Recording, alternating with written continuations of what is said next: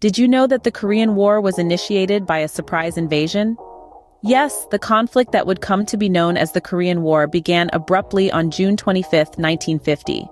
That was the day when North Korea, led by Kim Il-sung, decided to cross the 38th parallel and invade South Korea.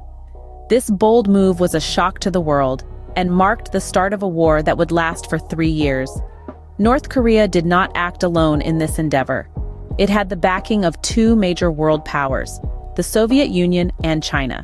The Soviet Union, under the leadership of Joseph Stalin, provided North Korea with military equipment and strategic advice.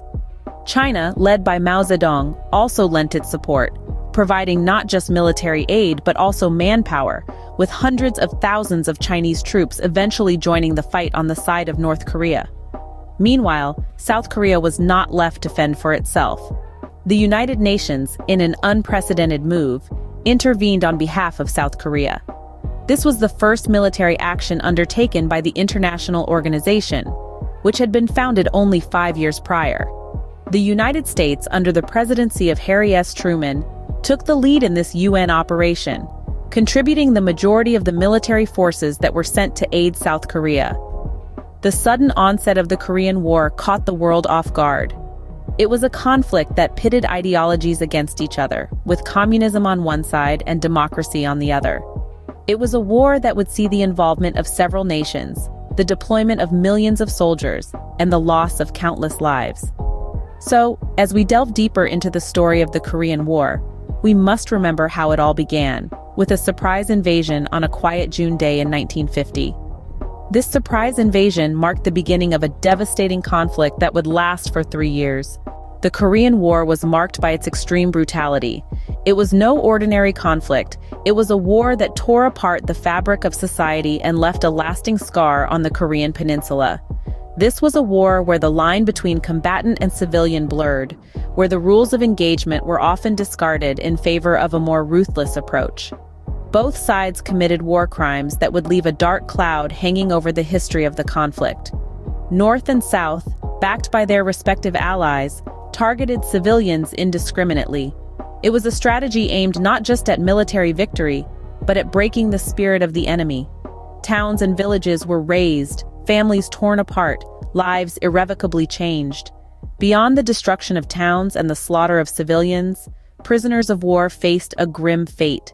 Captured soldiers, regardless of their allegiance, were subjected to torture and inhumane treatment. The Geneva Convention, designed to protect the rights of prisoners during war, seemed a distant ideal, forgotten amidst the chaos and the violence. The human cost of the war was staggering. It is estimated that millions of people lost their lives over the 3-year period of the war. These were not just soldiers, but also civilians, men, women, children, caught in the crossfire of a war they did not choose. This was the brutal reality of the Korean War. It was a conflict that demonstrated the worst of humanity, where the value of human life was often overlooked in the pursuit of ideological victory. It was a war that stripped away the veneer of civilization, revealing a grim reality beneath. In the end, the Korean War was not just a conflict between two ideologies or two nations. It was a war against humanity itself, a conflict that revealed the depths to which mankind could sink in the pursuit of power and control. It was a war that showed the grim reality of conflict, with civilians often bearing the brunt of the violence. One of the most shocking aspects of the Korean War was the use of napalm by the US military. Napalm, a jellied incendiary substance, was not a weapon of elegance or precision, but rather one of raw, destructive power. It was designed to stick to the skin, searing it with unbearable heat, causing severe burns and often death.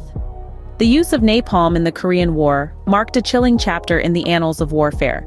The US military, in a bid to gain strategic advantage, unleashed this fiery substance on both military targets and, tragically, civilian populations. This was not a weapon that discriminated. Once released, it clung to everything and everyone in its path, burning intensely.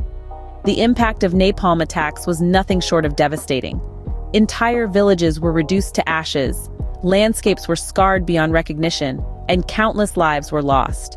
Amid the chaos, the most heart-rending sight was perhaps the plight of civilians, especially children. They were the most vulnerable victims, caught in the deadly rain of fire from the skies. Their suffering, the painful burns, and the horrific deaths they endured are a grim testament to the brutality of war. The use of napalm was not without controversy. Even as the war raged on, voices of dissent began to surface.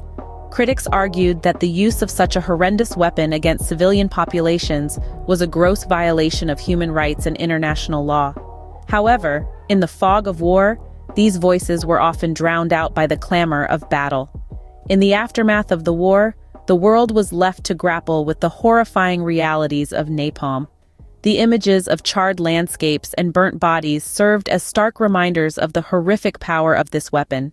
It was a grim lesson that the world, hopefully, will never forget. The use of napalm left a lasting scar on the Korean peninsula, causing unimaginable suffering. It is a painful chapter in the history of the Korean War, a testament to the devastating power of human ingenuity turned towards destruction. The Korean War ended with a ceasefire agreement on July 27, 1953. But the peace that followed was a muted one, a silence born not of resolution, but of exhaustion and stalemate. The agreement that brought an end to the active combat was signed at Panmunjom, a village straddling the border between the two Koreas.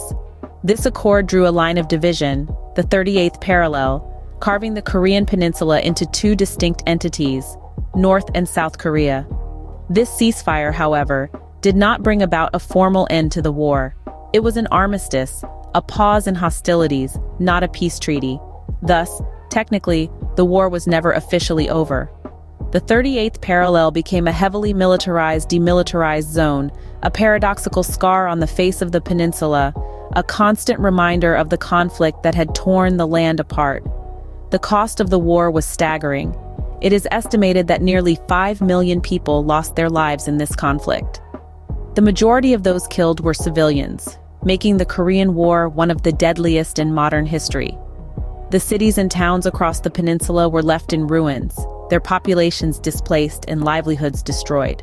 The aftermath of the war saw the two Koreas taking divergent paths. South Korea, with aid from the United States and other Western countries, began a process of rapid industrialization and modernization, transforming into a democratic society with a thriving economy. North Korea, on the other hand, under the influence of the Soviet Union and China, became an isolated, autocratic state, its people living under a regime marked by poverty and repression. The Korean War thus marked a significant turning point in the history of the Korean peninsula. It left an indelible impact on the lives of millions of people, shaping the political, economic, and social landscape of the region in ways that continue to reverberate to this day. The ceasefire brought an end to the fighting, but the impact of the war was far from over. The legacy of the Korean War is still felt today. The war may have ended over 7 decades ago, but its impact continues to shape the Korean peninsula and its people. The most visible testament to this is the ongoing division of the Korean peninsula. The 38th parallel, a line that was initially drawn as a temporary military boundary, has become a permanent geopolitical divide. North and South Korea remain two distinct entities, each with its own government, economy, and culture. This division is a daily reminder of the war's legacy. The tension between these two countries is another enduring legacy of the Korean War. Despite numerous diplomatic efforts and periods of relative calm, the underlying hostility has never fully dissipated. From nuclear threats to border skirmishes, the Korean peninsula is often a global hotspot, a stark reminder of a war that technically has never officially ended. But perhaps the most profound impact of the Korean War lies in the hearts and minds of the Korean people. For those who experienced the war firsthand, the memories of fear, loss, and hardship are deeply etched into their consciousness. For the younger generations, the war is a part of their collective history, a narrative that has shaped their national identity and worldview. The war's traumas have also had a profound psychological impact on the Korean people. From the survivors who still bear the mental scars of the conflict, to the families torn apart by the division, the war has left a deep and lasting imprint on the Korean psyche. The Korean War, often referred to as the Forgotten War, is anything but forgotten on the Korean peninsula.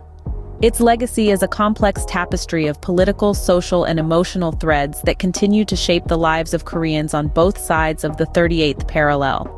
It serves as a somber reminder of the costs of war and the enduring hope for peace. The Korean War has left a deep and lasting impact, shaping the Korean peninsula as we know it today.